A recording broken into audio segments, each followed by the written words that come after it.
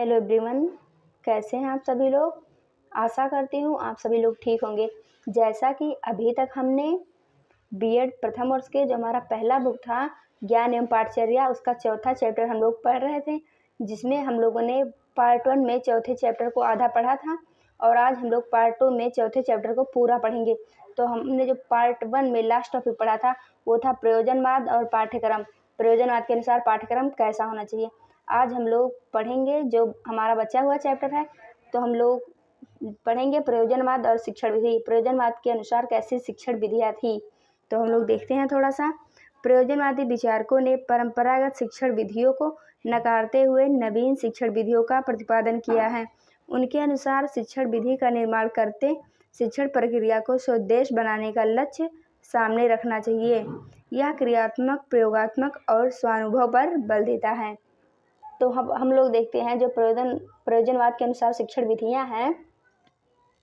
तो जो यहाँ पे मैंने शिक्षण विधियां लिखी है, एक एक करके हम लोग इसकी व्याख्या करेंगे, देखेंगे कि किस प्रकार की शिक्षण विधियां हैं। अगर आप लोग लिखना चाहते हैं तो लिख लीजिए। तो हमारी जो पहली विधि है वो है करके सीखने की विधि। हम लोग देखते हैं किस प्रकार की शिक्षण विधि है। प्रयोजनवादी विचारकों की अपेक्षा क्रिया पर अधिक बल देते हैं। मतलब जो प्रयोजनवादी विचार है वो लोग विचारों की अपेक्षा क्रिया पर अधिक बल देते हैं। अब हम लोग देखते हैं, उनके अनुसार बालक जन्म से क्रियाशील होता है और सदैव क्रिया करता रहता है और इन्हीं क्रियाओं के परिणाम स्वरूप वह विचारों को जन्म देता है। उनके अनुसार बालक पुस्तकों की अपेक्षा अपने क्रियाओं तथा अनुभव से अधिक सीखता है। अब हमारी जो दूसरी विधि है उसको देखते हैं, सहसंबंध विधि। ये क्या है। प्रयोजनवादियों के अनुसार शिक्षण विधि का निर्माण इस प्रकार से किया जाना चाहिए कि जो संपूर्ण ज्ञान को एक इकाई के रूप में विकसित कर सके। इस दृष्टिकोण से सभी विषयों को एक दूसरे से सहसंबंध स्थापित किया जाना चाहिए। तो ये है सहसंबंध विधि। अब हम लोग देखते हैं तीसरा, प्रयोगात्मक शिक्षण विधि। ये क्या है। प्रयोजनवादियों का विचार है कि प्रयोगात्मक शिक्षण विधि के द्वारा ही कोई ज्ञान अस्थायी हो सकता है। उनका कहना है कि प्रयोग करते समय बालक बार बार त्रुटियां करता है, किंतु निरंतर क्रियाशीलता के कारण उसके प्रयोग की प्रक्रिया के माध्यम से जो त्रुटि रहित ज्ञान प्राप्त होता है वह ज्ञान अस्थायी हो जाता है। प्रयोगात्मक विधि का विशेष महत्व इसलिए है क्योंकि इस विधि के माध्यम से बालक में सही व अस्थायी ज्ञान देने का प्रयोग किया जाता है। तो एक प्रकार से कहा जा सकता है कि प्रयोगात्मक विधि एक महत्वपूर्ण शिक्षण विधि थी।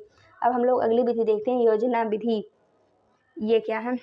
योजना विधि के प्रवर्तक जॉन डीबी के शिष्य किलपैट्रिक माने जाते हैं। इस विधि में बालक के सामने पहले एक समस्या रखी जाती है जिससे वह हल करके ज्ञान प्राप्त करता है। किलपैट्रिक के अनुसार योजनापूर्ण संलग्नता से सामाजिक वातावरण में की गई प्रयोजनपूर्ण प्रक्रिया है। इस विधि को चलाने का उद्देश्य शिक्षा को वास्तविक जीवन से संबंधित करना है। सूचना ग्रहण करने के साथ प्रक्रिया करना, बालक के वर्तमान और भविष्य का ध्यान रखना, शिक्षा के वातावरण को रुचिपूर्वक एवं सरल बनाना आदि है। ये सब रहे योजना विधि के उद्देश्य। अब हम लोग देखते हैं हमारी अगली विधि और आखिरी विधि कौन सी है, समस्या समाधान विधि। इसको हम लोग देखते हैं। इस विधि का निर्माण जॉन डीबी ने किया था, स्वयं जॉन डीबी ने। और जो पहले वाली योजना विधि थी वो जॉन डीबी के शिष्य ने किलपैट्रिक ने किया था। और जो समस्या समाधान विधि है इसको स्वयं जॉन डीबी ने किया था। इस विधि का निर्माण जॉन डीबी ने किया, जिसमें बालक शिक्षक के निर्देशन में सक्रिय रूप से अपने अनुभवों के आधार पर समस्या का समाधान करता है। वह अपनी गलतियों से सीख लेकर पुनः निर्देशन पाकर समस्या का समाधान करके उसे अपने जीवन में प्रयोग करता है। जॉन डीबी ने इस विधि में 5 पदों का उल्लेख किया है। पहला, समस्या की अनुभूति। दूसरा, समस्या का विश्लेषण। तीसरा, परिकल्पना का निर्माण।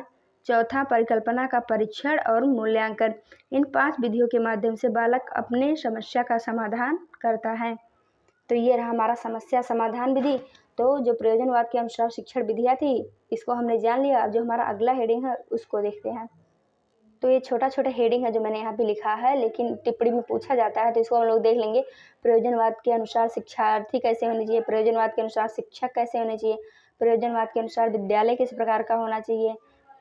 तो हम लोग इसको देख लेते हैं एक एक करके। तो हम लोग जो हमारा पहला टॉपिक है वो प्रयोजनवाद और शिक्षार्थी, इसको हम लोग देखते हैं। प्रयोजनवाद और शिक्षार्थी। प्रयोजनवाद के अनुसार छात्र अनुभव का केंद्र है।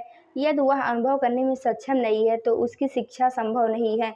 ये बालक को शिक्षा का केंद्र मानते हुए कहते हैं कि उसकी रुचि, रुझान, आवश्यकता, योग्यता और मनोवृत्ति के अनुसार शिक्षा देनी चाहिए, जिसका परिणाम यह होगा कि बालक अपनी योग्यता के अनुसार अपना व्यक्तिगत विकास करते हुए समाज को अधिकतम सहयोग प्रदान कर सकेगा।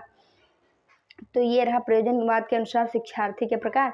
अब हम लोग देखते हैं प्रयोजनवाद और शिक्षक, मतलब प्रयोजनवाद के अनुसार शिक्षक कैसा होना चाहिए। तो हम लोग नेक्स्ट हेडिंग देखते हैं प्रयोजनवाद और शिक्षक। ये क्या है? प्रयोजनवादी विचारकों के अनुसार शिक्षक का प्रमुख कार्य बालकों द्वारा प्रभावपूर्ण अनुभव प्राप्त करने के लिए उपयुक्त परिस्थितियां पैदा करना है। ये बालक को शिक्षा का केंद्र मानते हुए कहते हैं कि बालक को उसकी रुचि, रुझान, आवश्यकता, शक्ति, मनोवृत्ति आदि के अनुसार शिक्षा दी जानी चाहिए।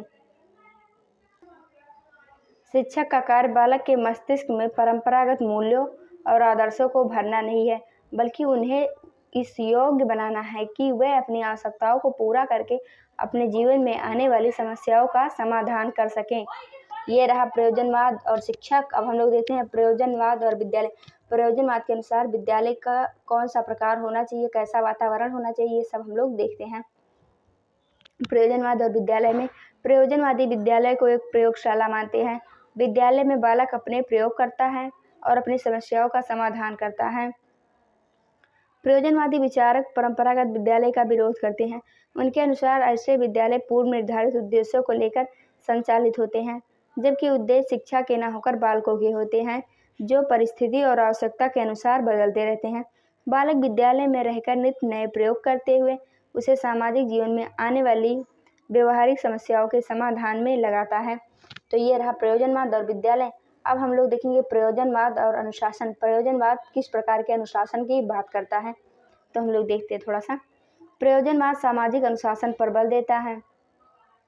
उनके अनुसार विद्यालय की स्वतंत्रता, स्वोद्देश्य, स्वाभाविक एवं सामूहिक क्रियाओं द्वारा सामाजिक अनुशासन भली भांति अपने आप को अनुशासित करने में समर्थ हो सकता है। प्रयोजनवादी दमनात्मक तथा प्रभावात्मक अनुशासन में विश्वास नहीं करते हैं। वह मुक्तात्मक अनुशासन का सीमित रूप से समर्थन करते हैं। इनका विश्वास है कि यदि बालक के लिए उनकी रुचि, रुझान और आवश्यकताओं के अनुसार शिक्षा की व्यवस्था की जाए तो अनुशासन की समस्या ही नहीं उत्पन्न होगी। तो देखिए कितना बढ़िया कथन है। अब हम लोग देखते हैं जो हमारा चौथे चैप्टर का लास्ट हेडिंग बचा है, उसको हम लोग देखते हैं थोड़ा सा।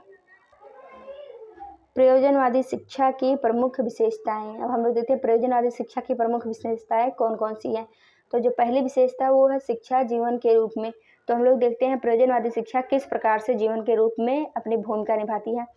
प्रयोजनवाद की धारणा है कि परंपरागत शिक्षा निष्क्रिय है तथा इसमें कोई जीवन नहीं है। यह बालक को बना बनाया ज्ञान हस्तांतरित करके निष्क्रिय जीवन के लिए तैयार करती है। इस विचारधारा के अनुसार जीवन क्रिया है। बालक सच्चा ज्ञान केवल क्रिया के माध्यम से ही प्राप्त कर सकता है। अब जो हमारा अगला विशेषता है उसको देखते हैं शिक्षा विकास के रूप में। प्रयोजनवाद के अनुसार समाज परिवर्तन की अवस्था में है। इस परिवर्तन के साथ साथ शिक्षा को समाज की आवश्यकताओं के अनुसार बदल दिया जाना चाहिए। 50 या 60 वर्ष पहले समाज का विकास इतनी तीव्र गति से नहीं हुआ जितना अब हो रहा है। अतः विश्वास के साथ कोई भी व्यक्ति यह भविष्यवाणी नहीं कर सकता कि आज के 20 वर्ष पश्चात मानव जीवन तथा समाज की दशाएं क्या होंगी। ऐसी स्थिति में बालक को शताब्दियों पुरानी परंपराओं के अनुसार शिक्षित करने से कोई लाभ नहीं है। अतः प्रयोजनवाद पूर्व निश्चित सिद्धांतों तथा अंतिम सत्य का खंडन करते हुए इस बात पर बल देता है कि बालक जो है शिक्षा के लिए नहीं है अपितु शिक्षा बालक के लिए है। अतः सच्ची शिक्षा वही है जो बालक का पूर्ण रूपेण विकास करे। तो ये रहा हमारा शिक्षा विकास के रूप में। अब जो हमारी अगली हेडिंग है उसको देखते हैं शिक्षा एक सामाजिक प्रक्रिया के रूप में। शिक्षा किस प्रकार से एक सामाजिक प्रक्रिया के रूप में भूमिका निभाती है, तो थोड़ा सा इसको देखते हैं। प्रयोजनवाद के अनुसार व्यक्ति एक सामाजिक प्राणी है। उसका समाज के प्रत्येक व्यक्ति के साथ उतना ही घनिष्ठ संबंध है जितना उसका अपने परिवार से समाज में रहते हुए नाना प्रकार के अनुभवों द्वारा पुस्तक की अपेक्षा कहीं अधिक ज्ञान प्राप्त करता है। अतः प्रयोजनवाद के अनुसार बालक की शिक्षा समाज के माध्यम से होनी चाहिए, जिससे उसमें सामाजिक गुण विकसित हो तथा वह एक सफल जीवन व्यतीत कर सके। तो ये रहा शिक्षा एक सामाजिक प्रक्रिया के रूप में। अब जो लास्ट विशेषता है उसको हम लोग देख लेते हैं, शिक्षा राज्य के जिम्मेदारी के रूप में। ये क्या विशेषता है? आज का युग जनतंत्र का युग है। इस युग में शिक्षा प्राप्त करना प्रत्येक बालक का जन्मसिद्ध अधिकार है। अतः बालक की शिक्षा का संपूर्ण उत्तरदायित्व राज्य को अपने ऊपर ले लेना चाहिए। यदि राज्य अपने कर्तव्य का पालन नहीं करेगा तो बालक अशिक्षित रह जाएगा, जिसके परिणाम स्वरूप जनतंत्र असफल हो जाएगा। इसीलिए प्रयोजनवाद इस बात पर बल देता है कि वर्तमान जनतांत्रिक युग में राज्य को बालक की शिक्षा संबंधी पूरी जिम्मेदारी अपने ऊपर ले लेनी चाहिए, जिससे उसके व्यक्तित्व का समुचित विकास हो सके और वह भावी जीवन में आने वाली समस्त चुनौतियों का सामना कर सके। तो ये रहा हमारा प्रयोजनवादी शिक्षा की प्रमुख विशेषताएं। अब हम लोग अगला चैप्टर पढ़ेंगे, यथार्थवाद। तब तक के लिए जुड़े रहिए हमारे साथ। जय हिंद।